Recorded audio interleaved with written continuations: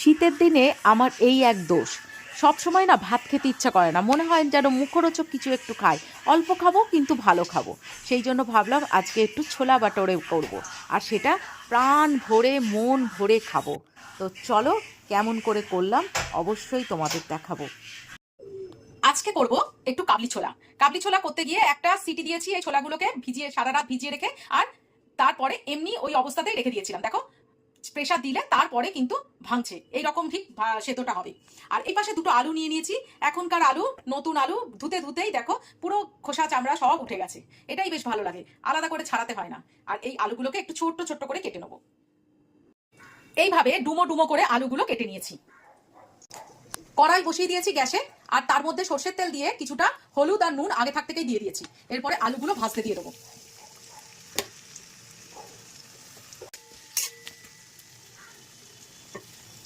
লো ফ্লেমে ঢাকা দিয়ে দেবো এবং এরপরে আনুষঙ্গিক কাজগুলো ওর মধ্যেই করে নেবো। এইবারে মিক্সিং জারে রসুন অর্ধেক, একটা পেঁয়াজ, আদা এক টুকরো, আর একটা বড় দেখে টমেটো দিয়ে দিলাম। সঙ্গে 5টা ঝাল ঝাল লঙ্কা দিলাম, কাঁচা লঙ্কা। এবার এটাকে পেস্ট করে নেবো। আলুগুলো সুন্দর করে ভাজা হয়ে গেছে, এবার এই আলুগুলোকে তুলে নেবো। এইবারে তেলের মধ্যে সামান্য একটু চিনি দিয়ে দেবো, বেশ সামান্য। চিনিটা মেল্ট হয়ে যাবে, সেই সময় একটা মাঝারি সাইজের পেঁয়াজ কুচি করে ভাজতে দিয়ে দেবো। পেঁয়াজটা সুন্দর করে ভেজে নিয়েছি। এইবারে ওই পেস্টটা দিয়ে দেবো, আদা রসুন, হাফ পেঁয়াজ, কাঁচা লঙ্কা, আর একটা বড় দেখে টমেটো। এর সঙ্গেই আমি কিছু মশলা দিয়ে দেবো। তার মধ্যে হলুদ তো পড়বেই, প্রয়োজন মতো নুন তো থাকবেই। এর সঙ্গে থাকবে রোস্ট করা ওই আর ধনে, জিরে আর শুকনো লঙ্কা। একেবারেই দিয়ে দিচ্ছি সামান্য একটু গরম মশলা। আর প্রথমেই বলেছিলাম যে ধাবা স্টাইলের আমি কাবলি ছোলা বানাবো, তার জন্য এই যে সানরাইজ চানা মশলা, এটা না দিলে অসম্পূর্ণ পুরো। এটাকে আমায় দিতেই হবে, না হলে স্বাদে গন্ধে অপূর্ণ থেকে যাবে। এটা ছোট, বেশি বড় প্যাকেট নয়, তাই জন্য পুরোটা দিয়ে দিলাম। যেহেতু কাঁচা লঙ্কা দিয়েছি, তাই জন্য কালারের জন্য আমায় এই কাশ্মীরি লঙ্কার গুঁড়ো একটু দিতেই হবে, না হলে কেমন যেন ম্যার ম্যার করবে তরকারিটা। আগে দর্শনধারী, তারপরে কুণ্ডবিচারী। এইবারে শুধু সুন্দর করে কষিয়ে যাও, লো ফ্লেমে সুন্দর করে কষাও, আর খাবারটাকে একদম জবরদস্ত করে ফেলো।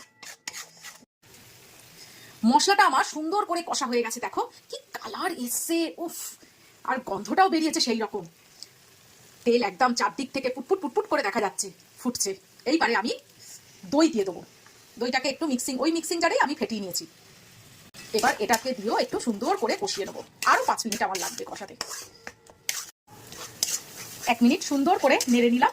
এইবারে মিক্সির বাটি ধোয়া জলটা দিয়ে দেবো। ফ্লেমটাকে হাই করে দিলাম। এইবারে একটা ফুট দেবে, তারপরে সব জিনিসগুলো দিয়ে দেবো এর মধ্যে। ঝোলটা ফুটতে শুরু করেছে, এই মধ্যে আমি ওই কাবলি ছোলা সেদ্ধ জল সমেত আলু সব দিয়ে দেবো। এইবারে কিন্তু ফ্লেমটাকে লো করে দেবো আর একটা ঢাকা দিয়ে দেবো। রান্নার শেষ পর্যায়ে চলে এসেছি এবং এই কড়ার ধারের দিকে এনে এইগুলোকে একটু করে শুধু থেঁতলে দেবো কিছু জিনিস, তাতে ঘনও হবে আর খেতেও ভালো লাগবে তরকারিটা। ব্যাস, একদম শেষ পর্যায়ে চলে এসেছি। এবার শুধু ফিনিশিং টাচ দেবো ধনিয়া পাত্তা, এটা দিতেই হবে। রোস্টেড কসুরি মেথি, ধাবা স্টাইলে করতে গেলে এই জিনিসগুলো একটু দিতেই হবে। আর যখন সার্ভ করব, এখন তো আমি সার্ভ করছি না, যখন সার্ভ করব তখন এক টুকরো করে বাটার দিয়ে দেবো উপরে। আর এই ঝোলটা মনে হচ্ছে অনেকটা ঝোল, কিন্তু স্ট্যান্ডিং টাইমে থাকলে এই ঝোলটা অনেকটা টেনে নেবে, তাই জন্য এইখানেই আমি গ্যাসটাকে অফ করে দেবো। তো কেমন হলো অবশ্যই বলো। আজকের মতো বিদায় নিলাম, আবার কালকে একটা অন্য রান্না নিয়ে দেখা হবে। টাটা।